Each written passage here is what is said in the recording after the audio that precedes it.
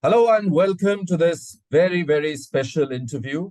Joining me today is Radhika Gupta, someone who needs actually no introduction, someone who millions of Indians admire, and so do I. I've had the privilege of interviewing her many, many times, even in her earlier years. Uh, and I can only say one thing, that she continues to be as humble as she was many years ago, someone who's a role model for young people, who is an author, a bestseller, manages as the managing director and CEO of a company, a new mother, and at the same time, vice chairman of Amphi as well. Thank you, Radhika, for joining me here today and taking time out. I know that after all I've said in the introduction, there's very little time that you always have, but I've always admired that you've taken time out for investor education whenever you've had the opportunity. So thank you for taking time out.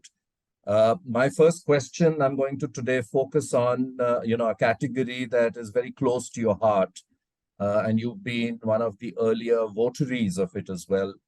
Uh, Balanced advantage funds. They have, of course, others and investors seem to be coming into them now. But could you explain to our viewers uh, why they need to consider this as a good option when they're starting out their investing journey? So, firstly, Vivek, it's always a pleasure speaking to you. We've you've interviewed me since probably 2010, so very long history, and it's always good to do this. And you're doing great work on educating investors. It's always important to make time for these things. So, you started with a category and question that I really like, and it's close to my heart. And the reason is it's important for viewers to understand balanced advantage funds because this sounds like a big statement, but I really mean it. If there's one category that I think does the best job of fulfilling the Indian investors' need, it is a balanced advantage fund. I I think it's akin to dal rice or khichdi in your diet. And let me tell you why. If you look at a balanced advantage fund, what is it simply?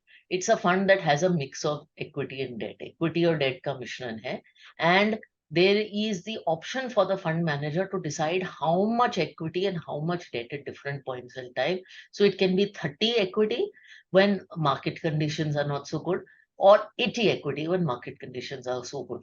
Now, what does this give you as a consumer? It gives you in a single product the ability to get equity market growth, to get those returns that you're seeking, to have wealth creation. But because you have that component of depth in really bad times, and gives you that downside protection, which is very important. तो हम कबड्डी की भाषा में जैसे कहते हैं ना कि बढ़त भी चाहिए लेकिन बचत भी चाहिए, ये दोनों चीजें एक ही साथ हो जाती हैं in the context of balanced advantage funds. The other thing that is very powerful about them that many viewers don't realize is that people say, okay, but I can make dal myself and I can make rice myself, I can do this, I can do equity myself, I can do that. When the fund manager is allowed to do it in a BAF, you don't pay tax every time you make changes. Now, with debt funds being fully taxable, people ask me, what should I do? What should I do? Well, BAF is a great solution. So I truly believe BAF can be the core of your portfolio, the core of your diet, because it solves that need. And for many years, BAF has been about 50 to 70% by the way of my personal portfolio. You've always been a great believer of asset allocation, even in your earlier avatar when we first spoke, when you were managing more of HNI money. How important is asset allocation for young retail investors as well? Because, HNIs tend to understand these things earlier because they've got better advice. But uh, how important is asset allocation? You talked about the equity and the debt mix in a BAF. Can you tell us a little about that? So, I'll tell you my own story as a young investor in a minute, and I think this will illustrate. I was 24 when I started earning, Vivek, and I lived in the US. And many young investors are told that you don't need to worry about asset allocation. You just do equity. You're young, you have time, all of that. So was 23, 24, started earning. It was 2006 and 7, and I decided to start investing. And as many young investors do, I invested everything in equity. And this was 2006, and you would understand 2007 was a great year. But 2008 was, of course, a terrible year, Hmm. and my portfolio halved. In 2009, as you know, I had to come back to India to start my own business, and I needed capital for that. Now, what was the problem? Because I didn't do asset allocation, and I had to redeem out of equity at a really bad time, which was the bottom of 2009. And I remember being so upset when I did this. That's why asset allocation is important, even for the most aggressive investor, because at some point you need both the liquidity and liquidity. When you want to take money out, you can't be taking out of equity at the wrong time. So that is the role that fixed income plays in your portfolio. It's that safe, steady asset class that is always there as protection. The second is that everybody says they're aggressive, but your aggression, your risk appetite, these things are always tested in bad times, right? And sometimes when markets are down 30% and you only have equity, you feel panicked. And that's why debt makes an important role. So back to my food analogies, lots of food because it's Friday. You know, People say protein is good for your diet, right? Um, but you can't have a diet that's only protein. You need some amount of carb. You need some amount of fat. You need a balanced diet. Asset allocation, in some sense, is a balanced diet. Now, just like you don't have the same amount of protein that I do, maybe everyone's equity, debt, gold, international mix can change. So your thali, your diet can be customized to your needs. It should be customized to your needs, but the components need to exist. Radhika, we've seen a very good run up over the last, 4 months, 3 months, and, a lot of FII money coming in as well. Of course, the last few days have been fairly volatile again. But, when you are at 66,000 Sensex, we are seeing a lot of people putting in money into small caps. We are, yet again seeing excitement because the markets are high. And I'm sure in the last, now that we are at a 1 month low as we are recording this interview, we don't know what will happen in the next few days. But what would you tell a young Indian today who wishes to invest? Mhm. Uh, how would you tell them to go about their journey? Because, the data that comes out of Amphi suggests that we are seeing more and more money flowing into small caps. What would your advice be to her? So look, I run a small cap fund, but I'll give you broader advice. I think if I had to give you one single-minded piece of advice as an investor, and this has been like my heartbreaking complaint as industry, investors are obsessed with the last 1 year of 1 year of returns. And I would just tell you, don't be. That last 1 year return number that shows up in media and on websites and on fact sheets should not influence your decision making, because it is the past. It is what someone investing 1 year ago earned. It is not an indication of what will happen in the future. So, if there's one advice I have to give you, it is stop being obsessed with the past and making decisions based that. Um, Make decisions based on two things. One is your needs, what works for you as an investor, and second, market realities over a long period. Now, what do I mean? India's economy will grow. Indian markets will give you returns. On average, probably equity markets and large caps will give you 12%. It doesn't matter if the last 1 year return is 19%, because last year 1 year is not indicative. And small caps will probably give you 15 to 18% on average, but the last 1 year return may be 40%.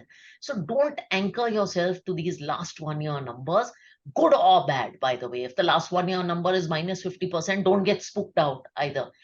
Anchor yourself to the longer term and do what works for your portfolio. If you are a conservative investor, no matter how much money is coming into small caps, and what Amphi says, and I'm Amphi vice chairman also, small caps are not right for you. And if you are an aggressive investor, they are right for you. So stick to your asset allocation, stick to what works for you, and don't go overboard.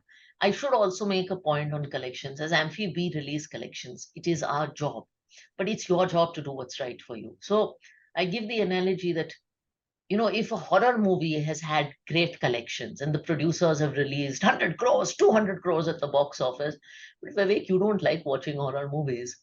Should you be going to watch the movie regardless of how many people have watched it? No. So the same thing, and I'm not saying small cap is a horror movie. By the way, I still think small cap is a great segment to invest in if it is right for you. Radhika, people of my generation, not yours, but mine, missed a very important journey of building wealth. A large part of it, I mean, some did, but very small number did, of staying invested for a long period of time and building wealth, when they were young. Maybe situation was very different back then. But today's 23, 24-year-old, uh, what would you tell her for the next 15, 20 years? I'm not asking for any levels here, but I'm asking more from an equity standpoint. And since you've had tremendous exposure to more developed markets as well, you worked in your early years in the US. Uh, what would you tell them that, many people feel, oh, the best is gone, that 25 years that we saw some schemes giving even 20% CAGR is gone. But do you feel that the next 15, 20, 25 years would actually be even better, or at least there are good opportunities if you stay invested? Oh, Vivek, I mean, my single-handed answer to this is this generation is so lucky. I think if I look at my father's generation, they grew up when he started his careers in the 70s representing India, he grew up in an India of challenging circumstances, emerging out of problems, where when you went to the US and you came back, you were getting goods for your family because we didn't have a manufacturing presence, where a young child wanted either a permanent job in the government or wanted to go abroad because they didn't see opportunities in India. To my generation, when the private sector opened up, we wanted, good jobs, money, but we still didn't grow up in an abundant India. My 1-year-old today is going to grow up in an abundant India. Um, and that is incredible. He's going to grow up in India where he will never have to look abroad for job opportunities, but Indian second generation might come to India for job opportunities. He's going to grow up in an India where forget manufacturing and small needs and all. What we'll make in India, we might be exporting defense equipment to the rest of the world. My father grew up in India in the 70s where diplomats didn't get much respect. My son is growing up in India where the foreign minister is some kind of Rajnikant in the country and Mm. around the world. So I think this generation is very lucky. And all these little tidbits I'm telling you will translate into the economy and into the market. So I think the best is genuinely yet to come. And the great thing for investors about India is not a single story, so you don't have to worry about doing very exotic things to make money. You can just invest in India, the top 250, 500 companies in India across sectors, because you will see growth across sectors. I think that is the opportunity this generation has, which is why, by the way, I opened a bank account for my son when he was 1 month old. I got him a PAN card and he's got an SIP going. Oh, wow. Wonderful. Excellent. My final question, Radhika, before I let you go, there was a very fascinating research that your team recently put out. And of course, I'll be making lots of videos out of it as well. But I thought I'll ask you, where you talked about a 21-year half marathon journey. And it was, I mean, even for me, an eye opener that, 70% of your returns actually came in the last 7 years. I mean, it's amazing that the problem is the first 7 years give you maybe 4% of your total returns, and that's where people give up and don't stay for the last 7 years where bulk of your money is made. So, a quick comment from you on this. I think time is magic, right? And the problem is we don't give enough time. So, I always say that in the first few years of investing, you are actually putting capital into the market. After 5, 7 years, that capital is working and capital is generating more capital, and you can sit back and watch the hard work. One of the things that we often do as investors, Vivek, is we are obsessed with when to enter the market. Oh, should I do it now? Should I do it now? Should I do it now? So what we call timing the market. We did another very interesting study where we looked at one of our own funds that had an NFO at a 10 rupee NAV, and investors love 10 rupee NAVs. Vivek, that NAV went to 2 rupees, okay, just after launch. That fund is still given 14% a year. Something that fell 80%, which just collapsed because it was a mid-cap fund at the peak of the market, it's given 14%. So it's not about when to enter the market, it's just about being there. It's just about being there. And the reality is very few investors just stick on because the temptation to do something, to pull that money out, to tweak it, So profit booking has probably made more losses than, choosing a bad fund has for sure. I'll let you go, Radhika. Thank you so much for taking time out. I know you have a very busy schedule. I really appreciate you taking time out, and I look forward to many more conversations with you. Thank you. Thank you, Vivek.